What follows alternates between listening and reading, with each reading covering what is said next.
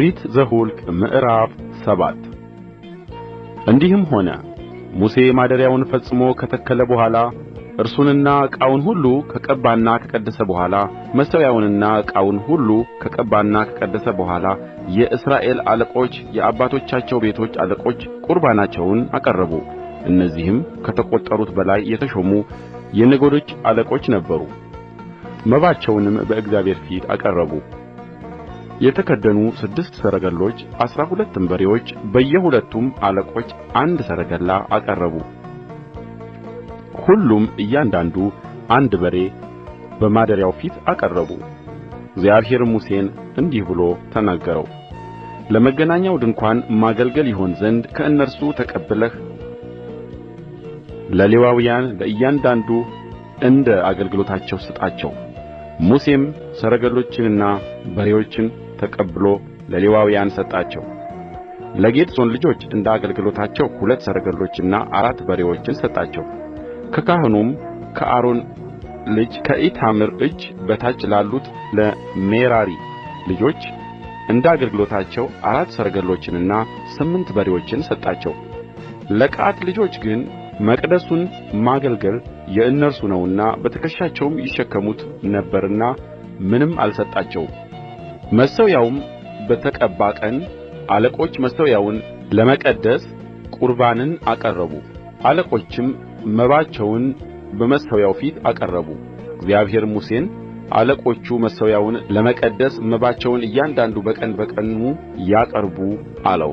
በመጀመሪያውም ቀን መባውን ያቀረበ ከይሁዳ ነገድ ከአሚናዳብ ልጅ ነአሶን ነበረ።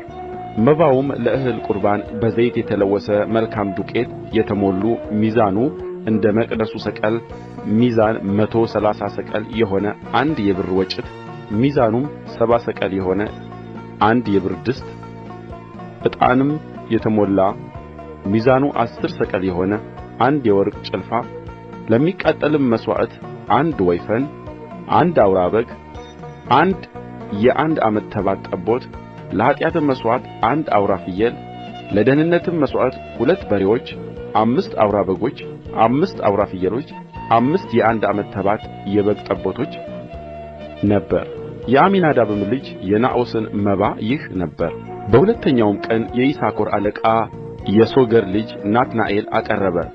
ለመባውም ለእህል ቍርባን በዘይት የተለወሰ መልካም ዱቄት የተሞሉትን ሚዛኑ እንደ መቅደሱ ሰቅል ሚዛን 130 ሰቅል የሆነውን 1 የብር ወጭት ሚዛኑም 70 ሰቅል የሆነውን 1 የብር ድስት ዕጣንም የተሞላውን ሚዛኑ 10 ሰቅል የሆነውን 1 የወርቅ ጭልፋ ለሚቃጠልም መሥዋዕት 1 ወይፈን 1 አውራ በግ 1 የ1 ዓመት ተባት ጠቦት ለኃጢአትም መሥዋዕት 1 አውራ ፍየል ለደኅንነትም መሥዋዕት 2 በሬዎች 5 አውራ በጎች 5 አውራ ፍየሎችም 5 የ1 ዓመት ተባት የበግ ጠቦቶች አቀረበ።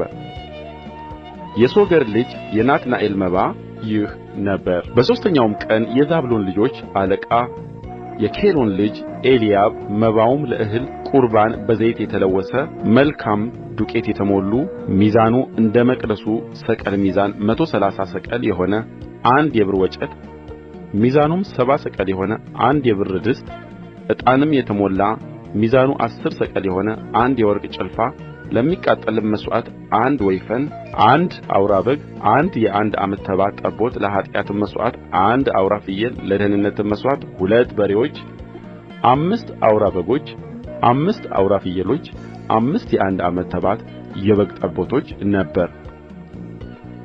የኬሎን ልጅ የኤልያብ መባ ይህ ነበረ።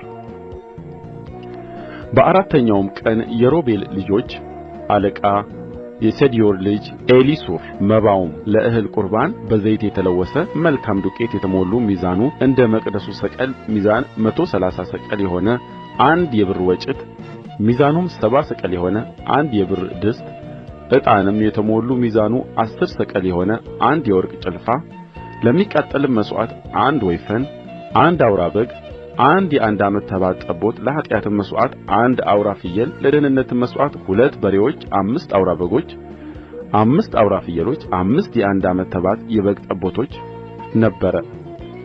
የሰዲዮር ልጅ የኤሊሱር መባ ይህ ነበረ።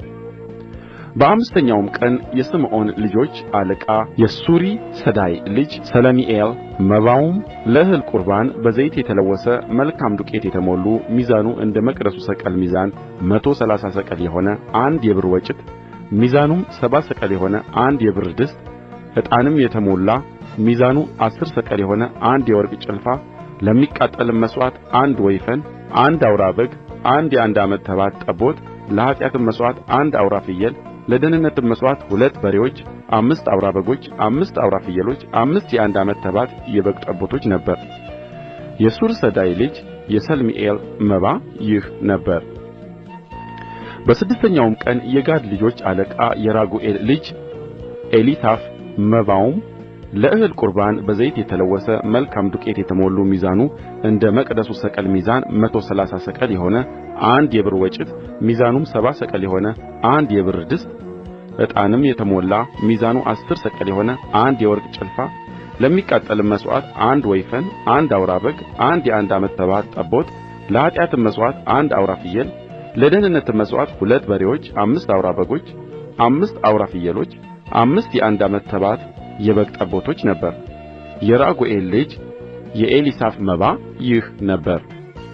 በሰባተኛውም ቀን የኤፍሬም ልጆች አለቃ የዓሚሁድ ልጅ ኤሊሳማ መባውም ለእህል ቍርባን በዘይት የተለወሰ መልካም ዱቄት የተሞሉ ሚዛኑ እንደ መቅደሱ ሰቅል ሚዛን 130 ሰቅል የሆነ አንድ የብር ወጭት ሚዛኑ 70 ሰቅል የሆነ አንድ የብር ድስት ዕጣንም የተሞላ ሚዛኑ 10 ሰቅል የሆነ አንድ የወርቅ ጭልፋ ለሚቃጠልም መሥዋዕት አንድ ወይፈን አንድ አውራ በግ አንድ የአንድ ዓመት ተባት ጠቦት ለኃጢአትም መሥዋዕት አንድ አውራ ፍየል ለደኅንነትም መሥዋዕት 2 በሬዎች 5 አውራ በጎች 5 አውራ ፍየሎች 5 የአንድ ዓመት ተባት የበግ ጠቦቶች ነበረ።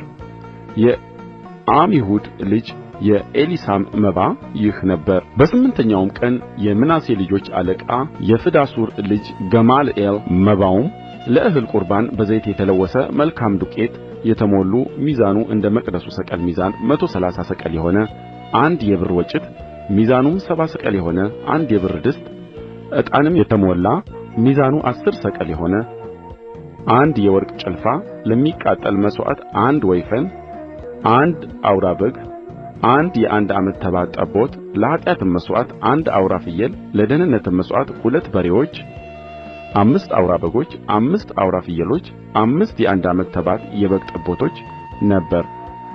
የፍዳሱር ልጅ የገማልኤል መባ ይህ ነበረ። በዘጠነኛውም ቀን የብንያም ልጆች አለቃ የጋዴዮን ልጅ አቢዳን መባውም ለእህል ቍርባን በዘይት የተለወሰ መልካም ዱቄት የተሞሉ ሚዛኑ እንደ መቅደሱ ሰቅል ሚዛን 130 ሰቅል የሆነ አንድ የብር ወጭት ሚዛኑም 70 ሰቅል የሆነ አንድ የብር ድስት ዕጣንም የተሞሉ ሚዛኑ 10 ሰቅል የሆነ አንድ የወርቅ ጭልፋ ለሚቃጠልም መሥዋዕት አንድ ወይፈን አንድ አውራ በግ አንድ የአንድ ዓመት ተባት ጠቦት ለኃጢአትም መሥዋዕት አንድ አውራ ፍየል ለደኅንነትም መሥዋዕት 2 በሬዎች 5 አውራ በጎች 5 አውራ ፍየሎች 5 የአንድ ዓመት ተባት የበግ ጠቦቶች ነበረ። የጋዴዮን ልጅ የአቢዳን መባ ይህ ነበረ።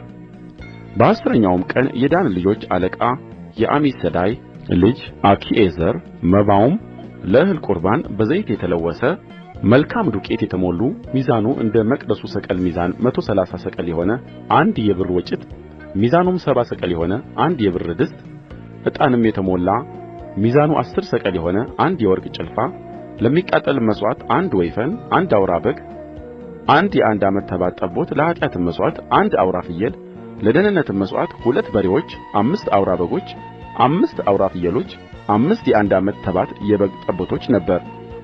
የአሚሳዳይ ልጅ የአኪዔዘር መባ ይህ ነበረ።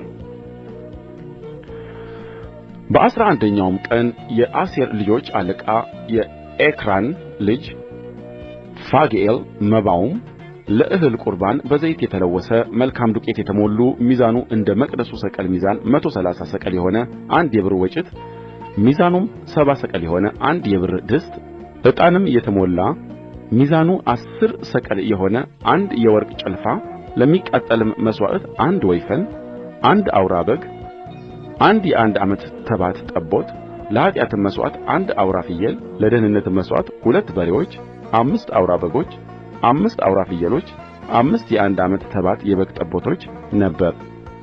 የኤክራን ልጅ የፋግኤል መባ ይህ ነበረ። በአሥራ ሁለተኛውም ቀን የንፍታሌም ልጆች አለቃ የዔናን ልጅ አኪሬ መባውም ለእህል ቁርባን በዘይት የተለወሰ መልካም ዱቄት የተሞሉ ሚዛኑ እንደ መቅደሱ ሰቅል ሚዛን 130 ሰቅል የሆነ አንድ የብር ወጭት ሚዛኑም 70 ሰቅል የሆነ አንድ የብር ድስት ዕጣንም የተሞላ ሚዛኑ 10 ሰቅል የሆነ አንድ የወርቅ ጭልፋ፣ ለሚቃጠልም መሥዋዕት አንድ ወይፈን፣ አንድ አውራ በግ፣ አንድ የአንድ ዓመት ተባት ጠቦት፣ ለኃጢአትም መሥዋዕት አንድ አውራ ፍየል፣ ለደኅንነትም መሥዋዕት 2 በሬዎች፣ 5 አውራ በጎች፣ 5 አውራ ፍየሎች፣ 5 የአንድ ዓመት ተባት የበግ ጠቦቶች ነበረ። የዔናን ልጅ የአኪሬ መባ ይህ ነው። መሠዊያውም በተቀባ ቀን የእስራኤል አለቆች ለመቀደሻው ያቀረቡት ቁርባን ይህ ነበረ: 12 የብር ወጭቶች፣ 12 የብር ድስቶች፣ 12 የወርቅ ጭልፋዎች፣ እያንዳንዱም የብር ወጭት 130 ሰቅል፣ እያንዳንዱም ድስት 70 ሰቅል ነበረ። የዚህም ዕቃ ሁሉ ብር በመቅደሱ ሰቅል ሚዛን 2400 ሰቅል ነበረ። ዕጣንም የተሞሉ 12 የወርቅ ጭልፋዎች እያንዳንዱ በመቅደሱ ሰቅል ሚዛን 10 ሰቅል ነበረ። የጭልፋዎቹ ወርቅ ሁሉ 120 ሰቅል ነበረ። የሚቃጠለው መሥዋዕት ከብት ሁሉ ከእህሉ ቁርባን ጋር 12 ወይፈኖች፣ 12ም አውራ በጎች፣ 12ም የአንድ ዓመት ተባት ጠቦቶች ነበሩ። የኃጢአቱም መሥዋዕት አውራ ፍየሎች 12 ነበሩ። የደኅንነቱም መሥዋዕት ከብት ሁሉ 24 በሬዎች፣ 60ም አውራ በጎች፣ 60ም አውራ ፍየሎች፣ 60ም የአንድ ዓመት ተባት የበግ ጠቦቶች ነበሩ። መሠዊያው ከተቀባ በኋላ ለመቀደሻው የቀረበ ቁርባን ይህ ነበረ።